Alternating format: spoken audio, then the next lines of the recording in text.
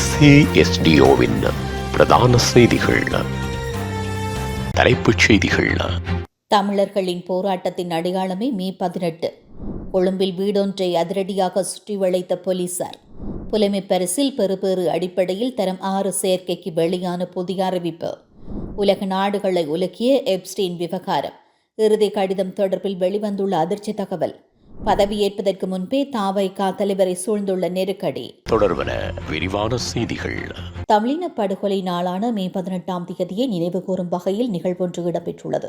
இந்த நிகழ்வு பொது பாதுகாப்பு அமைச்சரும் நாடாளுமன்ற உறுப்பினருமான ஹரி ஆனந்த் சங்கரி மற்றும் நாடாளுமன்ற உறுப்பினர் ஜுவனிட்டாநாதன் ஆகியோரின் தலைமையில் ஒட்டாவா நாடாளுமன்ற வளாகத்தில் கடந்த 5ஆம் தேதி நடைபெற்றுள்ளது.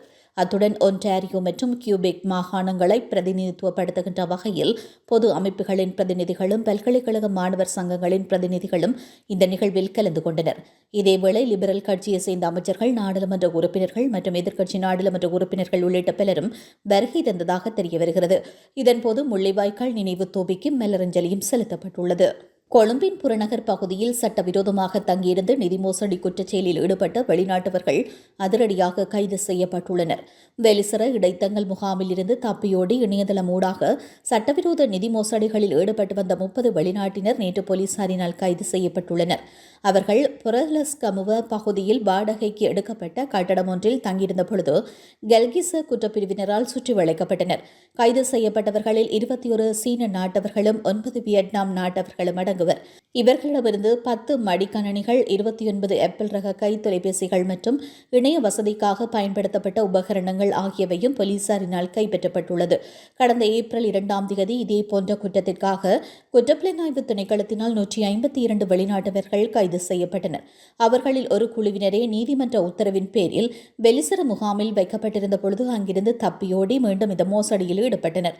சந்தக நபர்கள் பொபரலஸ்கமவ 10ஆம் மைல் கல் பகுதியில் உள்ள இருமாடி கட்டடம் ஒன்றின் மேல்தளத்தில் மாதத்திற்கு 15 லட்சம் ரூபாய் வாடகைக்கு எடுத்து இந்த மோசடியை முன்னெடுத்துள்ளனர்.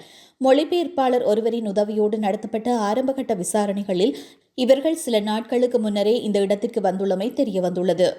2025ஆம் ஆண்டு தரம் 5 புலமை பரிசில் பரீட்சை பெறுபவர்களின் அடிப்படையில் 2026ஆம் கல்வி ஆண்டிற்காக தரம் 6 மாணவர்களை பாடசாலைகளில் அனுமதிப்பதற்கான 2ஆம் கட்ட மேன்முறையீடுகளை பொறுப்பேற்கும் பணிகள் ஆரம்பிக்கப்பட உள்ளதாக தெரியவருகிறது.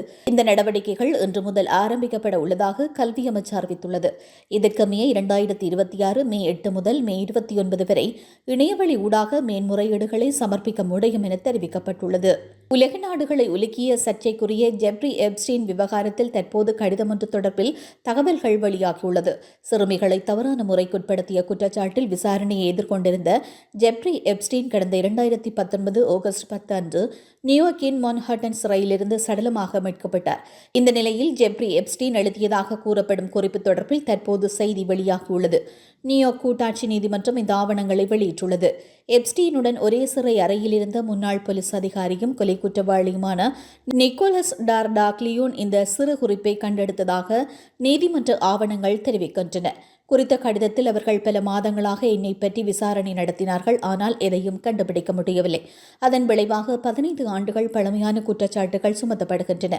பிரியாவிடை பெறுவதற்கான நேரத்தை ஒருவரை தேர்ந்தெடுக்கும் வாய்ப்பு கிடைப்பது ஒரு வரம். நான் என்ன செய்ய வேண்டுமென்று நீங்கள் எதிர்பார்க்கிறீர்கள்?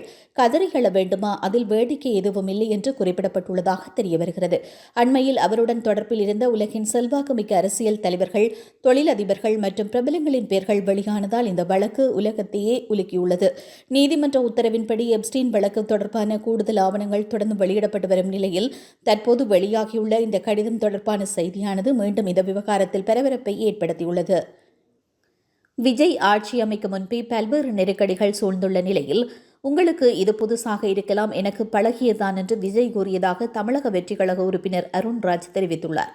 தமிழக தேர்தல் முடிவுகள் வெளியான நிலையில் திமுக, அதிமுக ஆகிய 2 கட்சிகளையும் வீழ்த்தி விஜயின் தாவேகா 108 தொகுதிகளில் வெற்றி பெற்று தனிப்பெரும் கட்சியாக உருவெடுத்துள்ளது. இந்த நிலையில் ஆட்சி அமைக்க 118 ஆசனங்கள் தேவைப்படும் நிலையில் விஜய் எப்போது ஆட்சி அமைக்கப் போகிறார் என்ற எதிர்பார்ப்பு தமிழகத்தில் நிலவி வருகிறது. தாவேகா 108 தொகுதிகளில் மட்டுமே வெற்றி பெற்றாலும் காங்கிரஸோடு கூட்டணி வைத்ததன் மூலம் 212 மட்டும் பலம் உள்ளது. ஆட்சி அமைக்க இன்னும் 6 எம்எல்ஏக்களின் ஆதரவு வேண்டும் என்பதால் தாவேகாவினர் விசிக மற்றும் கம்யூனிஸ்ட் கட்சிகளோடு நேரடியாக சென்று தாவேகா நிர்வாகிகள் ஆதரவு கேட்க ஆரம்பித்துள்ளனர். மறுபுறம் அதிமுக திமுக கூட்டணி அமைக்கப் போவதாக செய்திகள் வெளியாகி வருகின்றன. இது ஒருபுறம் தாவேகாவினர் மற்றும் மக்களுக்கும் அதிர்ச்சியை ஏற்படுத்தியுள்ள நிலையில் விஜய்க்கு வழங்கப்பட்ட கன்வாய் பாதுகாப்பு வாகனங்களும் இழப்பெறப்பட்டுள்ளன. நேற்றைய தினம் பதவியேற்க இருந்த நிலையில் பதவியேற்க ஆளுநர் அழைக்காதது ஏனென்று பதவியேற்பதற்கு முன்பே நெருக்கடிகள் விஜயை சூழ்ந்துள்ளதாகவும் கூறப்படுகிறது. இந்த நிலையில் இது உங்களுக்கெல்லாம் புதுசாக இருக்கலாம், எனக்கு பழகின ஒன்று என்று விஜய் தன்னிடம் கூறியதாக அருண்ராஜ் கூறியுள்ளார். ஒரு சட்டப்பூர்வமான ஒரு விடயத்தை கொஞ்ச நாள் தள்ளித்தான் போட முடியுமே தவிர வேறு ஒன்றுமே செய்ய முடியாது. நீதி கண்டிப்பாக வெல்லும் என்று அவர் கூறினார். மீண்டும் தலைப்புச் செய்திகள். தமிழர்களின் போராட்டத்தின் அடையாளமே மே 18. கொழும்பில் வீடொன்றை அதிரடியாக சுற்றி வளைத்த போலீசார். புலமை பரிசில் பெறுபேறு அடிப்படையில் தரம் 6 சேர்க்கைக்கு வெளியான புதிய அறிவிப்பு. உலக நாடுகளை உலுக்கிய எப்ஸ்டீன் விவகாரம். இறுதி கடிதம் தொடர்பில் வெளிவந்துள்ள அதிர்ச்சி தகவல்.